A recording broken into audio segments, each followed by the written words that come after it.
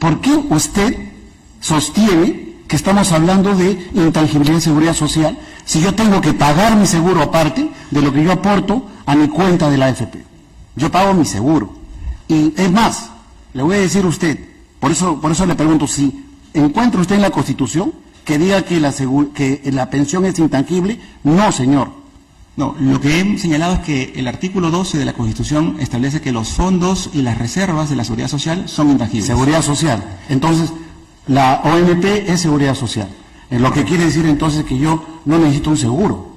O sea, yo puedo ir ahorita a atenderme gratuitamente y entonces el aporte que yo doy a la AFP también me otorga a mí servicios de seguro.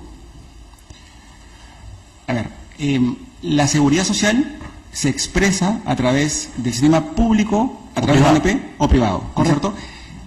Como contribuyente, a trabajador contribuyente, estoy obligado a recurrir a alguno de los dos sistemas. Correcto, pero la plata que yo le doy a la AFP, ¿sirve para pagar mi seguro?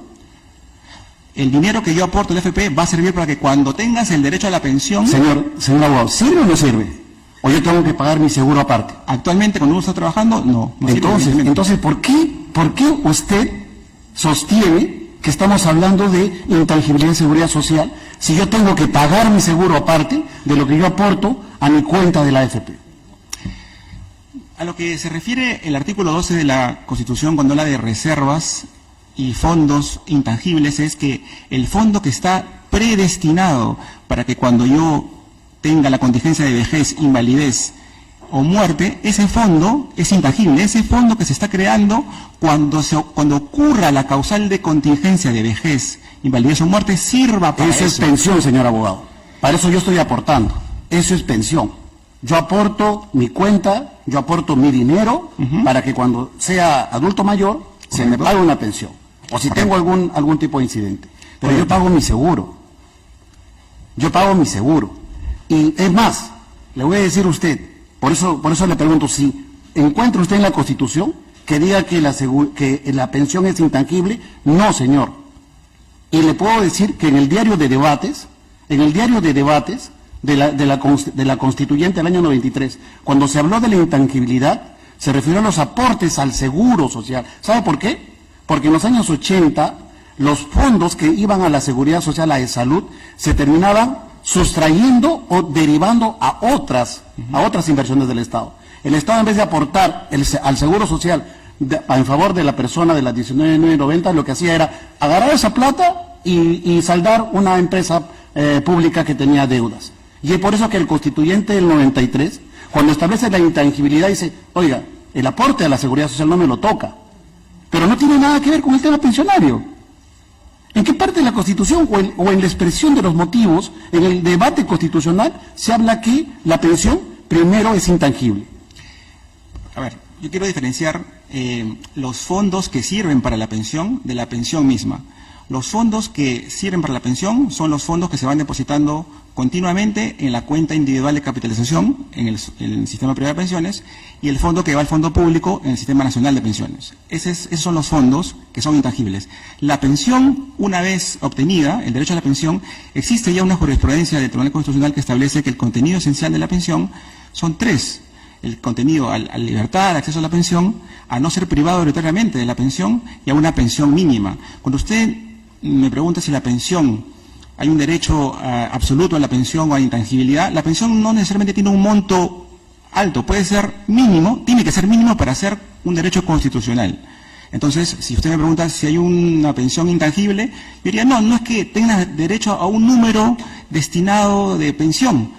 Basta con que tengas una pensión mínima para que esté asegurado tu derecho constitucional a la pensión. Muy bien, señor abogado. Lo que me está diciendo usted que en todo caso es una interpretación o el desarrollo jurisprudencial la que la califica como intangible. Cosa que yo estoy de acuerdo. Pero la Constitución no ha configurado el artículo 12 para declarar la intangibilidad de la pensión, sino de la seguridad social. Y la AFP no aporta a la seguridad social. La AFP no tiene, porque es el contribuyente quien finalmente sostiene el sistema de seguridad social. Pero hay una cosa más.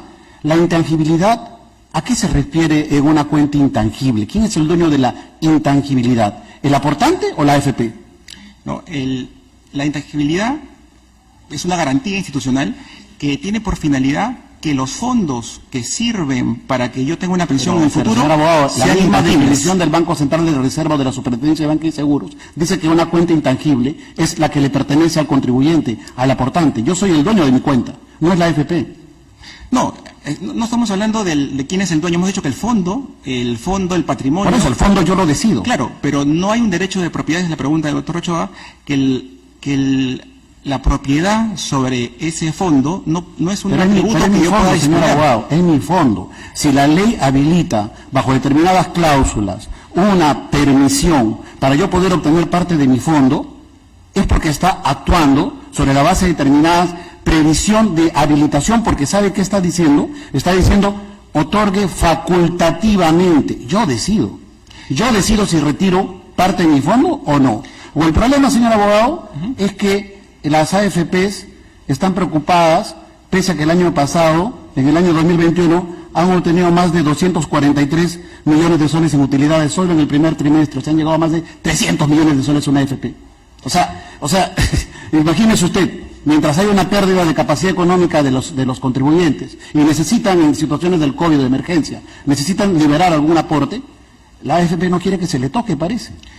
Señor magistrado, nosotros no estamos defendiendo a las AFPs, estamos defendiendo el derecho a la seguridad social, incluso de los afiliados al sistema privado de pensiones. Le comentaba en la informe oral que hay 2.3 millones de personas que tienen 0 soles en su fondo individual de capitalización. Respecto de esas personas, ¿cuál es la respuesta del Estado? ¿Y cuánto iban a tener aportando a la AFP ahora que tienen 0 soles? ¿Cuánto iba a ser la pensión que iban a tener? Desconocemos, pero tienen 0 soles teniendo 40 años. Faltarían 25 años para que se jubilen. En 20 años tendrán que lograr nuevamente... Con lo que tenían, no iban a llegar ni siquiera a 100 soles de pensión, ¿no? Es una especulación. Entonces, por eso, no, proyéctese usted. Usted que está hablando sobre el tema, entonces tendría que esperar, puede ahora seguir aportando. El problema, doctor, ahora es que tenemos una PEA de 25%, hay 75% informales, muchas personas que han retirado sus fondos se están dedicando a ser independientes y probablemente nunca más aporten a la AFP. Esas personas, cuando lleguen a los 65 años, ¿qué va a ocurrir con ellas? Muy bien, señor abogado. Finalmente una pregunta.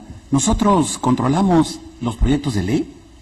¿Nosotros controlamos las iniciativas de los parlamentarios? O sea, si los parlamentarios quieren pues desactivar la AFP, nosotros tenemos que salir Juan, no sé, Adam Smith del siglo XXI y tener que prohibir cualquier tipo de reforma. ¿O es el legislador quien tiene que configurar lo que señala la Constitución y nosotros esperar que se apruebe una ley para validar si es que es constitucional o no? O sea, podemos controlar las iniciativas que ustedes han dicho como en el tema, que hay varios proyectos de ley en el Parlamento. O sea, ¿vamos a frenar eso? ¿Tenemos competencia para eso?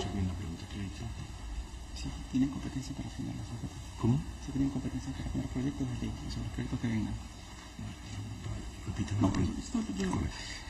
Bueno, lo que pasa, señor magistrado, es que dado que no existe ningún control, no ha habido ningún control respecto a las normas, leyes que han salido autorizando los retiros de los fondos del sistema privado de pensiones, se está creando una política de regresión. Se está permitiendo que se retiren fondos y cuando alguien desea presentar una acción de inconstitucionalidad, probablemente como el retiro es inmediato, nunca se pueda conocer una sentencia respecto de si son constitucionales o no. Entonces, si el tribunal no dice algo respecto a la constitucionalidad de esos retiros, entonces eso es un incentivo para que el Congreso pueda seguir decidiendo retirar fondos, 4 ITs, mañana serán 100, mañana puede ser el 100% y se acaba el sistema privado de pensiones, ¿no? ¿Y quién va a responder respecto de las pensiones de esas personas? El sistema público. Para completar la respuesta que ha dado el doctor Acevedo, señor magistrado, convenimos en su apreciación respecto a que el artículo 12 protege la intangibilidad, los fondos y reservas de la seguridad social, que implica pensión y salud. Pero con relación al concepto de propiedad de esos fondos en lo que respecta al sistema privado de pensiones, no podemos aplicar los conceptos de propiedad del derecho civil, que tiene todos los atributos del derecho de propiedad, para este caso. Podría ser, como lo ha dicho el tribunal en reiterada jurisprudencia, que para este caso se debe aplicar el concepto de patrimonio. Es patrimonio del titular de la cuenta individual de capitalización ese fondo, pero con restricciones para la específica finalidad de cubrir un riesgo que se va a presentar a futuro. Y ese aspecto es muy importante que el Tribunal Constitucional lo haga respetar. ¿Por qué? Porque el Estado va a tener más tarde la responsabilidad de tener que acudir, probablemente, solidariamente, para cubrir el riesgo de vejez de muchos ciudadanos que hoy día han dispuesto, bajo una errada decisión del Congreso de la República, los fondos individuales que tenían en sus cuentas de la AFP. De tal manera que no es libre la disponibilidad de los fondos de capitalización individual, aun cuando estos sean patrimonio de cada uno de los aportantes. Es un fin específico el que cumple. Señor abogado, voy a terminar ya. Por eso precisamente la norma señala que esta liberación de aportes es facultativa, temporal y con tope, porque la intangibilidad lo que busca es esencialmente, no tiene esa finalidad que se señala. La intangibilidad lo que busca es que los agentes externos no utilicen, no el aportante, sino los agentes que administran, no utilicen para otras cosas los fondos de las AFPs o los fondos de la pensión. Esa es la real naturaleza, diario de debates de la Constitución, de la Constituyente. Por lo demás, tengo que felicitar al Colegio de Abogados de Lima Sur por tener tan brillantes abogados en esta audiencia. Ojalá que en otros casos sociales también pueda el Colegio de Abogados traer este tipo de abogados. Muchas gracias.